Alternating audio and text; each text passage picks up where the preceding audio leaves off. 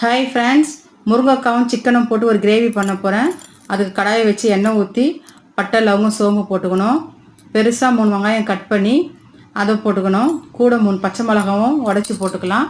அதை வதங்கி வந்ததும் இஞ்சி பூண்டு பேஸ்ட்டு போட்டுக்கலாம். கூட 3 பெரிய தக்காளியும் கட் பண்ணி அதையும் போட்டுக்கலாம். கொஞ்சம் மஞ்சத்தூள் போட்டுக்கலாம். போட்டு நல்லா கலந்து விடணும். இப்போ தேவையான அளவு உப்பு போட்டுக்கலாம். உப்பு போட்டு நல்லா கலந்து விட்டுட்டு மிக்சிங் மிளகாத்தூள் இருக்குது, அதையும் 3 ஸ்பூன் போட்டு நம்மளுக்கு காரத்துக்கு ஏற்ற மாதிரி கலந்து விட்டுக்கலாம். கட் பண்ணி வச்சுருக்க முருங்கைக்காய் போட்டு அதையும் நல்லா கிளறி விடணும். பாருங்கள், நல்லா கலந்தாச்சு. இப்போ க்ளீன் பண்ணி வச்சுருக்க சிக்கனும் போட்டு அதையும் நல்லா கலந்து விடலாம். மூடி போட்டு பாருங்கள், வேக வச்சதும் எப்படி இருக்குது பாருங்கள்.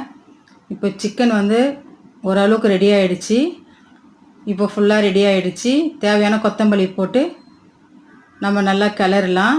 இந்த தொக்கு இது தொக்கு மாதிரியும் சொல்லலாம், கிரேவி மாதிரியும் சொல்லலாம். ரொம்ப டேஸ்ட்டாக இருக்கும். சாப்பாடில் பிசைஞ்சு சாப்பிடலாம். இட்லி தோசைக்கு ரொம்ப நல்லாயிருக்கும். கண்டிப்பாக நீங்கள் ட்ரை பண்ணி பாருங்கள். முருங்கைக்காய் வாசனை சிக்கன் ரொம்ப டேஸ்ட்டாக இருக்கும். Bye friends.